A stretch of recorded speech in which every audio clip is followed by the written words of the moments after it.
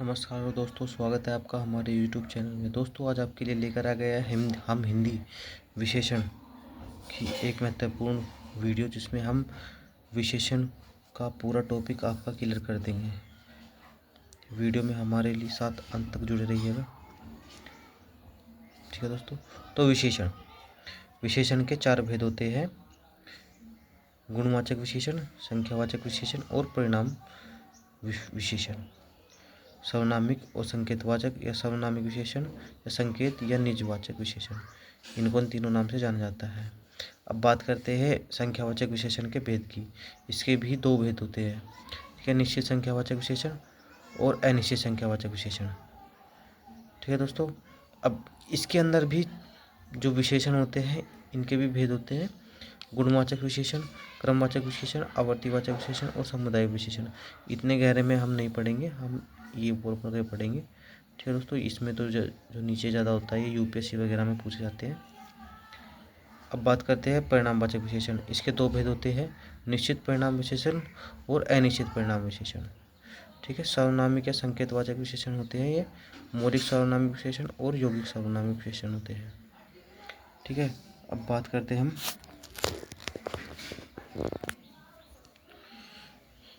विशेषण की। संज्ञा सर्वनाम शब्दों के विशेषण गुणों, दोष, संख्या, परिणाम आदि बताने वाले शब्दों को विशेषण कहते हैं।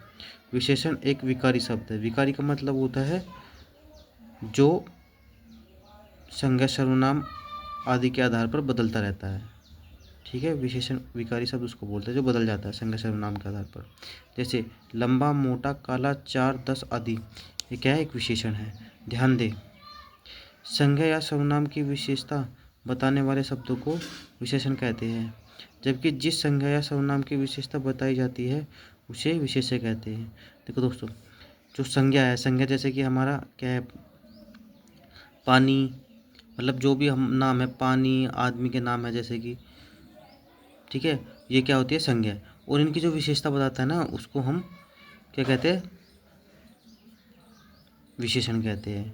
ठीक है। जो सर्वनाम होते हैं, जो संज्ञा की पुनरावृत्ति रोकने के लिए होते हैं, वे सर्वनाम का प्रयोग किया जाता है। उनकी विशेषता बताने को हम विशेषण कहते हैं। ठीक है। तो इसमें कहा है जिस संज्ञा या सर्वनाम की विशेषता बताई जाती है उसे विशेष्य कहते हैं, यानी कि संज्ञा को विशेषण के टॉपिक में विशेष्य बोलते हैं। ठीक है। यानी कि संज्ञा या विशेषण सर्वनाम की जो विशेषता बताई जाएगी उसको विशेष्य बोलेंगे। जैसे सीता सुंदर है में विशेष्य एक सुंदर विशेषण है, यानी कि सीता कैसी है? सुंदर है। में सीता विशेष्य एक सुंदर है। ठीक है। जो शब्द विशेषण की विशेषता बताते हैं ना, प्रविशेषण कहते हैं। देखो, जो विशेषण है ये संज्ञा सर्वनाम का विशेषता बताते हैं, और जो इसकी भी विशेषता बताता है उसे प्रविशेषण कहते हैं। जैसे कि राम बहुत काला है। ठीक है। जो राम है वो क्या है? संज्ञा है, और जो बहुत है वो प्रविशेषण है। काला विशेषण हो गया। ठीक है। बहुत, उसने क्या रहा? काले की भी, कितना कितना काला है? बहुत काला है, तो उसको क्या बोलेंगे? बहुत कम प्रविशेषण। ठीक है। जैसे कि इस वर्णमाला में बहुत ऊंचे ऊंचे पहाड़ है। इस वाक्य में बहुत प्रविशेषण है, क्योंकि यह पहाड़ के लिए प्रयुक्त विशेषण शब्द ऊंचे ऊंचे की विशेषता बताने का कार्य कर रहा है। जैसे मैंने अभी आपको एग्जाम्पल दिया था, ये वही उसी का ही एक एग्जाम्पल है। ठीक है। विशेषण शब्दों विशेष्य से पूर्व पहले भी आ सकते हैं। ठीक है। जैसे पूर्व में प्रयुक्त विशेषण शब्दों के उदाहरण: थोड़ा सा पानी दो। थोड़ा सा क्या है? यानी कि जो विशेषण शब्द है विशेष्य से पूर्व भी आ सकते हैं, यानी कि संज्ञा सर्वनाम से पहले भी आ सकते हैं। जैसे कि थोड़ा सा पानी दो, ये क्या? थोड़ा सा विशेषण है। जैसे 25 रुपये की पेन, ये क्या है? 25, ये विशेषण है। पहला स्थान मेरा है। पहला स्थान, यानी कि पहला स्थान किसका है? मेरा है, इसलिए इसको ये विशेषण हो गया। 1 मीटर कपड़ा दो। कितना कपड़ा दो? 1 मीटर कपड़ा दो, ये भी विशेषण हो गया। उपयुक्त में थोड़ा सा, 25, पहला, 1 मीटर आदि विशेषण शब्द है। ठीक है। बाद में प्रयुक्त विशेषण शब्दों के उदाहरण: यह रास्ता लंबा था। घोड़ा काला था। घोड़ा कैसा था? काला था। रास्ता कैसा है? रास्ता लंबा है। मतलब ये संज्ञा सर्वनाम के बाद में मतलब लग रहा है। ये देख, अभी देखा ना। रामू मोटा है। रामू कैसा है? रामू मोटा है। ये विशेषता किसकी बता रहा है? रामू की। रामू कैसा है? मोटा है। घोड़ा कैसा है? काला है। काला क्या है? विशेषण है। किसकी विशेषता बता रहा है? घोड़े की। ठीक है। यह रास्ता लंबा है। रास्ता कैसा है? लंबा है। यह किसकी विशेषता बता रहा है? रास्ते की, लंबा जो है। ठीक है। अब कहा गया उपयुक्त में लंबा, मोटा, काला विशेषण शब्द है। विशेषण के भेद। अब विशेषण के भेद होते हैं। विशेषण के 4 भेद होते हैं: गुणवाचक, संख्यावाचक, परिणामवाचक और सार्वनामिक संकेतवाचक या निजवाचक। यानी कि सार्वनामिक विशेषण को संकेतवाचक विशेषण भी बोल देते हैं और निजवाचक विशेषण भी बोला जाता है। और नंबर फर्स्ट पे हमारा आता है गुणवाचक विशेषण। अब गुणवाचक विशेषण होता क्या है? जिन विशेषण शब्दों से संज्ञा अथवा सर्वनाम शब्दों के गुण, दोष, आकार, रंग, दशा आदि का बोध हो उन्हें गुणवाचक विशेषण कहते हैं। विशेषण के सभी भेदों में गुणवाचक विशेषण की संख्या सबसे अधिक होती है। तो दोस्तों इसने कहा है कि मतलब जिन विशेषण शब्दों से संज्ञा अथवा सर्वनाम शब्दों के गुण, दशा, बोध, यानी कि जो सर्वनाम शब्द है या संज्ञा है उनके गुण, दशा, बोध, जैसे काला, गोरा, नाटा, लंबा आदि, इनके क्या दशा का पता चल रहा है कि वह कैसा है? काला है। कैसा है? गोरा है। कैसा है? नाटा है। तो उसका वो क्या बता रहे हैं? गुण। जैसे कि राम एक अच्छा व्यक्ति है। अच्छा क्या है उसमें? अच्छा एक गुण है, वो अच्छा व्यक्ति है। राम एक बुरा व्यक्ति है। बुरा क्या है? बुरा उसमें एक गुण है। इसी प्रकार इसमें बताया गया। ठीक है दोस्तों। जैसे कि राम बुरा व्यक्ति है। राम बुरा है। बुरा क्या है इसमें? बुरा उसका एक गुण है, यानी कि गुणवाचक विशेषण का ही उदाहरण है। अब इसके जो होते हैं ये कितने ही वो हो जाते हैं प्रकार। दशा, पूर्व, पश्चिम, उत्तरी, दक्षिण आदि जो दिशा होती है। गुण, गुण क्या होते हैं? भला, बुरा, बुद्धिमान, मेधावी, सुंदर, ये क्या है? उसके गुण है। जैसे कि राम एक भला आदमी है, मोहन एक बुरा आदमी है, श्याम बुद्धिमान है, में छात्र कैसे है? मेधावी है। तो क्या है? उनकी विशेषताएं, यानी कि उनकी क्या बता रहा है? विशेषण, उनके गुण बता रहा है। ठीक है। सुंदर है, जैसे कि सीता बहुत सुंदर है, तो उसने सुंदर क्या बताया?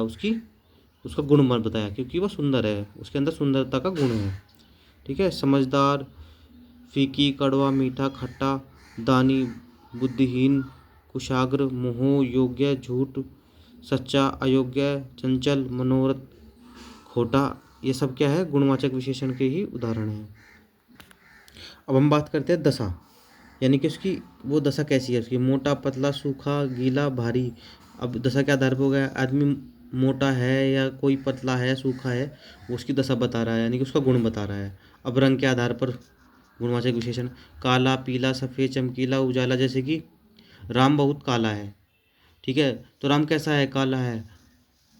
ठीक है। क्या है काला? उसका राम का गुण है। ठीक है। आकार, आकार के आधार पर गोल, चकोर, त्रिकोण, लंबा, चौड़ा, बड़ा, छोटा, तिरछा, नुकीला आदि। जैसे कि मेज क्या है? मेज चकोर है। अब मेज का गुण कैसा है? कि वो चकोर है, इस तरीके से। तो जैसे कि पेड़ क्या है? पेड़ बड़ा है। कैसा पेड़? कैसा है? पेड़ है बड़ा। तो उसमें बड़ा क्या बताया गया? इसका गुण बताया गया है। ठीक है दोस्तों। आशा करता हूँ कि आपकी समझ में अच्छे से आ रहा होगा। अगर आपकी समझ में नहीं आ रहा है तो मुझे कमेंट बॉक्स में बता देना, ताकि मैं अगली वीडियो और अच्छे कंटेंट के साथ आपके साथ ला सकूँ।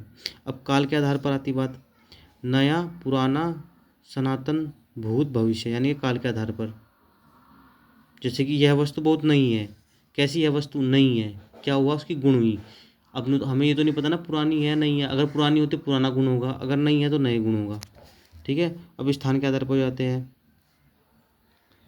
भीतर, बाहर, अंदर, ऊपर, दायां, बायां, देशीय, पंजाबी, बनारसी, गुजराती। स्थान के आधार पर, जैसे वह गुजराती आदमी है। कैसा आदमी है? वो गुजराती, यानी कि गुजरात का रहने वाला है, तो उसका गुण है कि वो गुजराती है, उसके अंदर एक गुण है। अब ध्यान देने योग्य बात आ गई है। अरे यार, गुणवाचक विशेषणों में सा प्रत्यय जोड़कर गुणों में हीनता का भाव लाया जाता है, अर्थात उनके गुणों में कमी की जाती है। जैसे मोटा सा, पतला सा। यानी कि इसने कहा है कि जो गुणवाचक विशेषण होते हैं उसमें, जैसे कि मोटा है, मैं आपको यहाँ समझाता हूँ। जैसे कि अरे कहाँ गया ये रहा। जैसे कि मोटा है, मोटा, मोटा क्या है? गुण है। और हम बोलते कि अरे नहीं यार वो तो मोटा सा है, मोटा सा क्या उसमें हीनता आ गई, यानी कि वो मोटा सा है लेकिन मोटा नहीं है, पूर्णतः का योग नहीं हो रहा है इसमें, इसमें सिर्फ संभावना हो रही है कि वो मोटा सा है। ठीक है दोस्तों, उसी प्रकार हमें यहाँ इसमें बोला गया है, जैसे बगीचों में सुंदर फूल है, देखो ठीक है, मोटा आदमी आ रहा है, कैसा आदमी आ रहा है, मोटा, उसका गुण बताया गया है। छोटी सी ट्रेन खड़ी है, छोटी सी यानी कि वो छोटी सी है लेकिन ना तो वो छोटी है और ना ही वो बड़ी है, उसका गुण इसमें बताया गया है। ठीक है, रामायण सुंदर रचना है, रामायण कैसी रचना है, सुंदर, सुंदर क्या उसका गुण है। वह साल भर अनुपस्थित रहा, कब तक अनुपस्थित रहा, साल भर।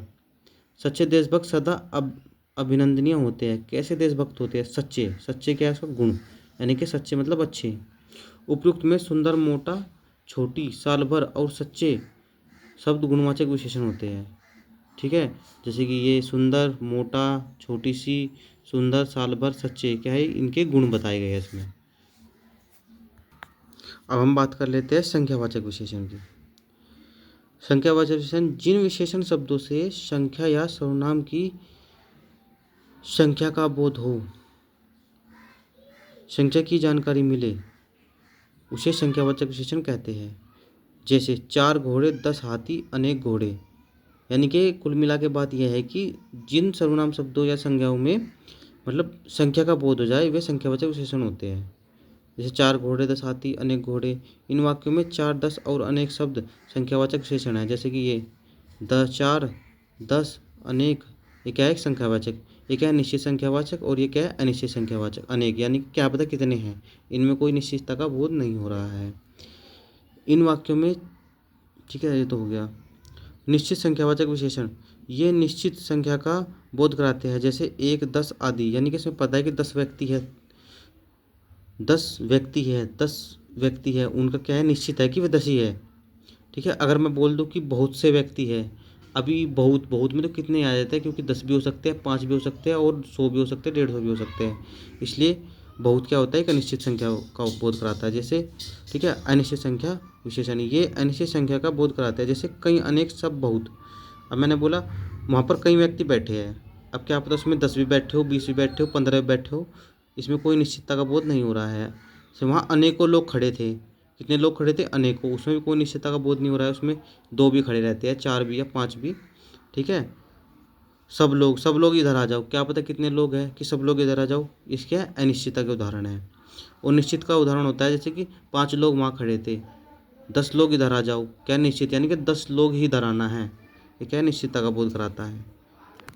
अब हम बात करते हैं निश्चित संख्या वाचक विशेषण। प्रयोग के आधार पर निश्चित संख्या वाचक विशेषण 5 प्रकार के होते हैं, जो कि निश्चित संख्या के बारे में जानकारी प्रदान करते हैं। मतलब निश्चित जो संख्या वाचक विशेषण होते हैं ये 5 भागों में बांटे गए हैं। नंबर 1 गणनावाचक, नंबर 2 क्रमवाचक, नंबर 3 आवर्तीवाचक, और नंबर 4 समुदायवाचक, और नंबर 8 यानी कि आखिरी प्रत्येक बोधक विशेषण।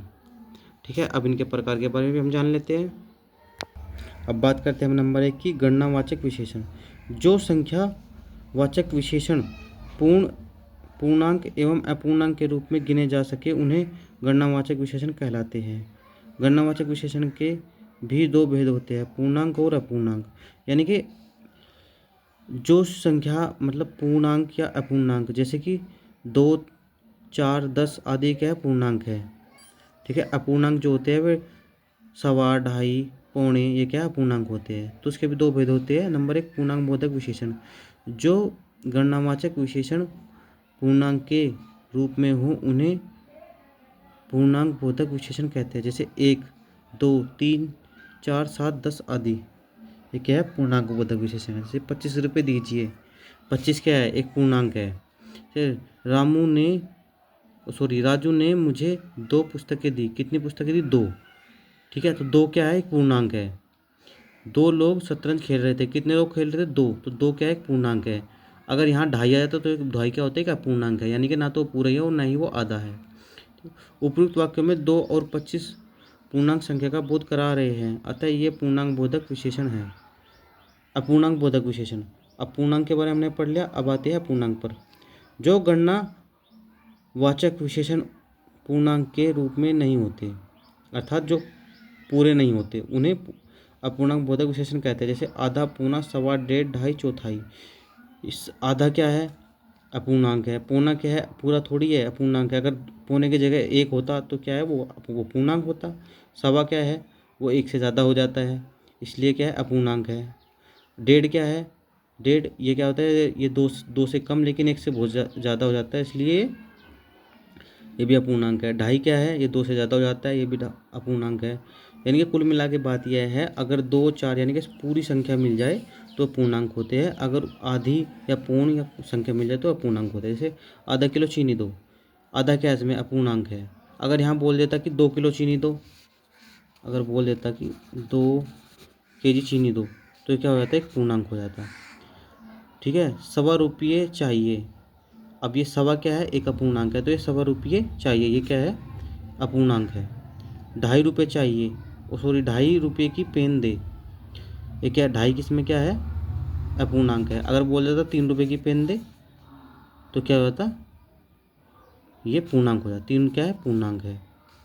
अब बात करते हैं हम क्रमवाचक विशेषण की। ठीक है दोस्तों, आशा करता हूँ समझ में आपकी आ रहा होगा अच्छे से। अगर नहीं आ रहा तो मुझे कमेंट बॉक्स में बता देना। ठीक है, इसमें मैं आपको जो ये बुक है कंप्लीट कराऊंगा अच्छी लैंग्वेज में, अच्छे से समझा के। ठीक है। क्रमवाचक विशेषण जो संख्यावाचक विशेषण या संख्या के क्रम को सूचित करते हैं, उन्हें क्रमवाचक विशेषण कहते हैं। यानी कि क्रम, यानी कि जैसे कि पहला, दूसरा, तीसरा, चौथा आदि, यानी कि जो विशेषण होते हैं जो संख्या को क्रम के आधार पर बांटते हैं, जैसे कि पहला, दूसरा, तीसरा, चौथा आदि, उन्हें क्या कहते हैं, क्रमवाचक विशेषण। जैसे कि पहला लड़का यहाँ आए, उसमें क्या क्रम, यानी कि जो लाइन में बैठा है वो पहला लड़का ही सिर्फ मेरे पास आना चाहिए, क्रम वाइज आना चाहिए। यानी कि अब पहला आएगा, फिर दूसरा आएगा, फिर तीसरा। ऐसा नहीं है कि पहला आएगा या चौथा आ जाए फिर पाँचवा आ जाए, ये क्रमवाचक विशेषण के अंदर नहीं आएगा। दूसरा लड़का कहाँ गया, यानी कि भाई लाइन में 8 लड़के बैठे थे, तो उसमें दूसरा कहाँ गया, यानी कि पहले से दूसरा उसका क्रम है। ठीक है। पंक्ति का तीसरा लड़का खड़ा हो जाए, तीसरा क्या है इसमें, क्रम, यानी कि पहला, दूसरा, तीसरा, चौथा आदि क्या है इसमें, क्रम होते हैं। उपयुक्त वाक्यों में पहला, दूसरा और तीसरा व्यक्ति के क्रम को दर्शा रहे हैं, अतः यहाँ क्रमवाचक विशेषण होता है। ठीक है दोस्तों, क्रमवाचक विशेषण अच्छे से आपकी समझ में आ गया होगा। अब बात करते हैं हम आवर्तीवाचक विशेषण की। जो आवर्ती, अब क्रम तो हो गया पहला, दूसरा, तीसरा, ठीक है, और हमने क्या पढ़ लिया, संज्ञा पढ़ लिया, सॉरी संख्यावाचक पढ़ लिया, निश्चित, अनिश्चित। ठीक है। अब बात करते हैं हम आवर्ती। आवर्ती यानी कि जो संख्यावाचक विशेषण किसी संख्या की आवर्ती को सूचित करे और आवर्ती विशेषण कहते हैं। जैसे दूना, तीना, चौगुना, दोबारा, दुगुना, दोहरा और सौगुना, ये क्या है, जो आवर्ती आती है। यानी कि जो दुगुना हो गया, तिगुना हो गया, चौगुना हो गया, क्या है, इसको बोलते हैं आवर्तीवाचक विशेषण। जैसे कि राम दोगुना, राम पहले से 2 गुना मोटा हो गया, तो क्या 2 गुना क्या है इसमें, आवर्ती है। ठीक है। अगर बोले जाता कि राम मोटा हो गया, तो उसमें क्या है, उसका गुण बताया जाता, मोटा हो गया और 2 गुना हो गया, तो क्या है उसमें आवर्तीवाचक विशेषण होगा। ठीक है। मोहन तुमसे 4 गुना काम करता है, 4 गुना, इसमें क्या है, आवर्ती है। ठीक है। मैं उससे दूना मेहनत करता हूँ, दूना का मतलब होता है डबल। ठीक है, डबल मेहनत करता हूँ, तो क्या है, आवर्ती है। यानी कि 2, यानी कि जो काम एक कर रहा है वो काम वही 2 कर रहा है, यानी कि डबल मेहनत, यानी कि दूना कर रहा है। ठीक है दोस्तों, अब आते हैं हम, चलो ठीक है, अब वीडियो बहुत ज़्यादा लंबी हो गई है। ठीक है दोस्तों, अब हम वीडियो को यहीं समाप्त करते हैं। अगर हमारी वीडियो में कोई भी आपको कमी या कोई भी आपको लगता है कि हमें उसमें बेटर करना चाहिए, तो हमारे कमेंट बॉक्स के माध्यम से हमें बताइए। ठीक है, तो थोड़ा सा हमने जो पढ़ा है उसका रिवाइज कर लेते हैं।